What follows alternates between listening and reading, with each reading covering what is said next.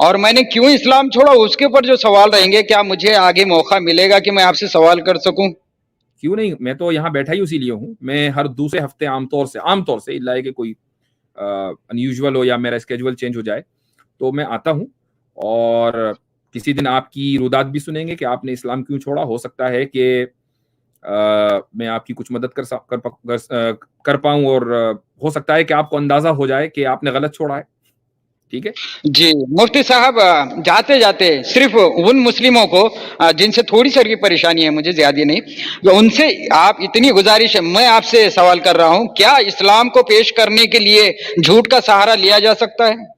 نہیں, غلط ہے.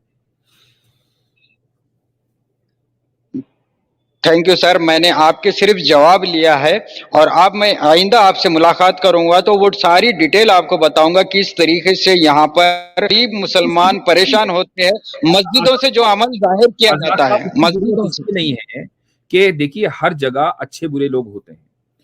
اگر آپ برے لوگوں کو دیکھ کر ان کی جو ایک مذہب ہے اس کو سمجھنا چاہیں تو یہ آپ کی غلطی ہوگی. ہمارا کبھی یہ دعویٰ نہیں رہا کہ سارے مسلمان جو ہیں وہ دودھ کے دھلے ہیں. مسلمانوں میں لا علم بھی لوگ ہیں, کم علم لوگ ہیں, جاہل لوگ ہیں, اچھے لوگ ہیں, پڑھے لکھے لوگ, ہر جگہ ہر کمیونٹی میں ایسا ہے. یہ نیچرل چیز ہے, یہ کوئی یونیک چیز نہیں ہے. تو آپ مجھے ان کی پریشانی نہ بتا کر آپ مجھے اپنے بارے میں بات کریں گے تو مجھے زیادہ خوشی ہوگی انشاءاللہ جب نیکسٹ ٹائم آپ تشریف لائیں گے. جی, میں وہ بات نہیں کہہ رہا ہوں کہ جو کسی مسلمان کسی گھر سے یا کسی ہوٹل سے کچھ کہتا ہے. میں تو وہی کہہ رہا ہوں کہ جو مسجدوں سے لوگوں کو نظر آتا ہے, مسجدوں سے لوگوں کو ملتا ہے, وہاں پر جھوٹ نہ ہو. یہی میں آپ سے سوال کیا کہ اسلام کو پیش کرنے کبھی جھوٹ نہیں بولا جاتا. اور بہرحال اگر مجھے میں نے جتنے جوابات آپ کو دیے ہیں یس اور نو میں بھی, اور کچھ ڈیٹیل بھی آپ جا کے ویریفائی کر سکتے ہیں. اگر جھوٹ بولنا درست ہوتا تو 2-4 جھوٹ میرے اس میں بھی نکل آتے جوابات میں. تو چلیں انشاءاللہ آج کے لیے اتنا ہی. اگلی مرتبہ تشریف لائیے گا, بالکل آپ ویلکم, موسٹ ویلکم. جی, آپ کے سارے جوابوں کے ساتھ میں کچھ سوال لے کر آؤں گا اگلی باری کو. ٹھیک ہے, میں صرف آج آپ کا جواب لینے آیا تھا. میرے سوال تو باقی ہے. یہ تو صرف جرنلی مسلمانوں کی باتیں تھی جو آپ سے میں نے شیئر کیا آج. ٹھیک ہے, بہت بہتر, شکریہ.